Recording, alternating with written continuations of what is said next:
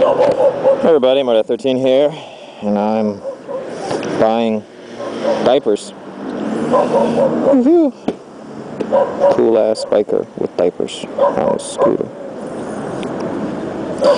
At least I'm not on the Ninja. If I had diapers hanging off the Ninja, then that'd really be blasphemy. Yeah, so I got kind of a serious topic here. It's just, yeah, fuck. I'm gonna try not to insult America too much in this topic because the majority of my viewers are American, and I like Americans. I like you know, there's a lot of my American viewers that I talk with on a regular basis, and I'd say the majority of my internet friends are American. Yeah, for sure. All the people on my Steam list are pretty much American. All the people that I've met through YouTube and live video on MSN Messenger are all American. So yeah, you know, like my friends are all American. But you know, obviously, it's not Americans that I have a problem with. It's the government and some of the policies that I have a problem with. And most Americans, if they're intelligent, have their own problems with certain policies. So there should be no surprise there. Okay, I keep getting confused about. I think I want to go left, but I don't. I want to go straight. Okay, so the topic is there's an internet friend of mine, and he's been watching my videos for a long time. I recognize his name, and that's rare. You know, there's people that have been watching my videos for months, and they've been commenting for months, and then they write me a message, and I still don't recognize their name, because there's quite a few people that watch my videos and comment. But when it gets to the point where I recognize your name, like right off, you know, you leave a comment, I look at the name, and I recognize that, and I know who you are, and I get an idea, like that's, you know, that's significant for me. Anyways, and I recognize his name very easily. And he's an American viewer, and I forget where he lives. Maybe I can write it in. It's important because if you live in that area, you can help out a bit. So, anyways, he's a biker vlogger just like me. He's primarily on live video, and this is his live video name. So if you go to livevideo.com and you search for his name, you'll see his stuff. He has a channel on YouTube, but he's only got like one video there, and I'll put a link to that at the end of the video. Long story short, he was riding his Ninja 1000, and he got hit and run.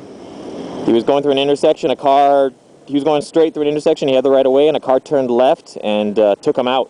It was a Jeep, I think, and he had his bikes pretty much written off, and he had serious physical injuries. And there was a witness, and the witness helped him collect parts of the Jeep that broke off, so the police, you know, could know what color the Jeep was, this, that, the other.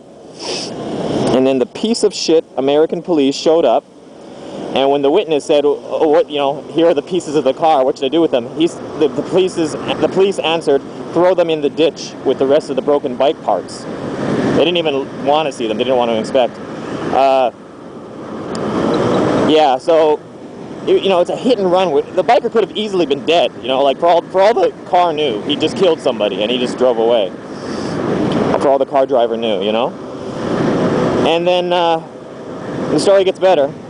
So first of all, the most important thing is the police did absolutely nothing. Like the police could probably find this vehicle if they put out a news report saying, because some of the parts that got ripped off the Jeep were like very specific parts, you know. If they put out an APB for a car missing these specific parts, you know, like, or they could put out a news bulletin and say, if you know someone who drives a Jeep and the Jeep has this and this and this broken, please call it in.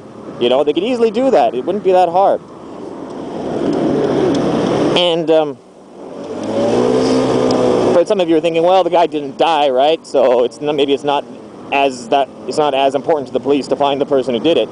You know, yeah, the guy didn't die, but because he's unlucky enough to live someplace that doesn't have health care. And then, you know, like I saw another video where somebody's complaining about health, you know, the fact that there's no free health care in America, and then and they're saying that's bullshit. If you need health care and you go to the hospital, then you can still get free health care. It's just not as good. And they said, well, what kind of a person doesn't have health insurance? They'd have to be a bum anyways, or on welfare. Everybody I know has health insurance. And they have all these weird arguments that they try to use. This guy is not a bum. And you know why he doesn't have health insurance? Do you know why? Because he has diabetes, and therefore no insurance company will insure him. Because insurance companies will only insure healthy people who seem to have no chance of ever needing to claim. The second you have any sickness or illness or anything. And diabetes isn't even that serious. It's pretty darn controllable. Then boom, no, sorry, we're not going to insure you because we'll actually have to pay some money at some point. We only insure healthy people who we never hopefully, you know, like, people think, you think fucking health insurance companies are like charitable? Do you think they're doing it because they want to help people? No, they do it for money. Like, health insurance companies are some of the biggest companies in America. They're some of the biggest gainers in the sense that every year they gain a lot of money. You know, like, their stocks are rising more so than the majority of other stocks. You know, it's probably one of the few stocks you can still invest in nowadays and still make money on. And how do they make money? By not paying. You know, it happens like tens of thousands of times where someone does have health insurance and then they get into an accident or something, and then the insurance company says, oh, we found a discrepancy on your report that you filled out 10 years ago and we're canceling you. It happens like daily. Anyways, and then so check this out, and this is this next part, you know, well, anyways, so his health bill is like, was huge. He told me what it is. It's like, it's huge. You know, in some of my, like, I could ask you to like donate money, but I'm not even going to bother because using what I've gotten in donations in some of my other videos, and I've gotten quite a bit, it wouldn't even make a dent in his health bill. You know what I mean? I'm sure he'd appreciate it, but I'm really, like, there's no point. It wouldn't even make a dent. Unless, if you're a millionaire or something, like, and if you're some, you know, like, some, you know, humanitarian millionaire, then yeah, definitely. Here's somebody who deserves your help. You know, check him out and check out his channel and contact him and ask him about PayPal or whatever. But if you want to give $5, $10, $20, like, honestly, what's the point? Like, his health bill is so huge, it's just disgusting. Like, he's gonna have to work for like the next 20 years just to pay off the hospital. Am I exaggerating? Let me think. 20 years? If he pays... No, well, yeah, oh no, wait a minute. I'm not really exaggerating. Let's say 10 to 20 years. He's gonna have to work in the next 10 to 20 years to pay off his health bill. Yeah, and check this out. This is like the cherry on the top of the cake. Cherry on the top. I don't know. Some expression that works.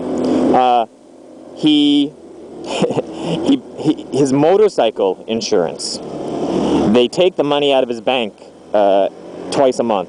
Like every 2 weeks, they take a certain amount of money, and it's out of his bank. And they took the money out of his bank 2 days before his accident. They took the money out. And then he phoned in and reported his accident to his insurance company, and they phoned back and said that, oh, your insurance was actually canceled the day before your accident. And they mailed him a check back for his last payment. Let me repeat that. He has motorcycle insurance. He phoned in his accident to his motorcycle insurance company. And they phoned him back saying, oh, we actually canceled your insurance on this date, the day before his accident. But they'd actually already taken money for like that. He was already covered because they'd already taken the money that covered him for that period of the accident. And then they mailed him that money back. So not only do American health insurance screw people over like that, but so do American auto insurance. And that would never, ever, ever happen in Canada, because in Canada, our auto insurance, well, in my province anyways, it's different provinces, but I was lucky, I was in Manitoba. In Vancouver, it's private auto insurance, and in Manitoba, where I'm from, it's government. It's government. And it's supposedly non-profit, believe it or not. They say it's non-profit. They give you, like, some of the best. They just try to break even each year with money that they take in, the money they pay out. Like, how good is that? Anyways, so yeah, so I'm going to put up some links now to his... to the video where he talks about the accident. His voice is kind of muffled. His voice is muffled in the video, and he said it was because he had an oxygen mask on while he was wearing the video, because they got him on oxygen because his body's so fucked up. He needs to be on it even when he's at home. So yeah, so the police did absolutely nothing to help him. They didn't give a fuck.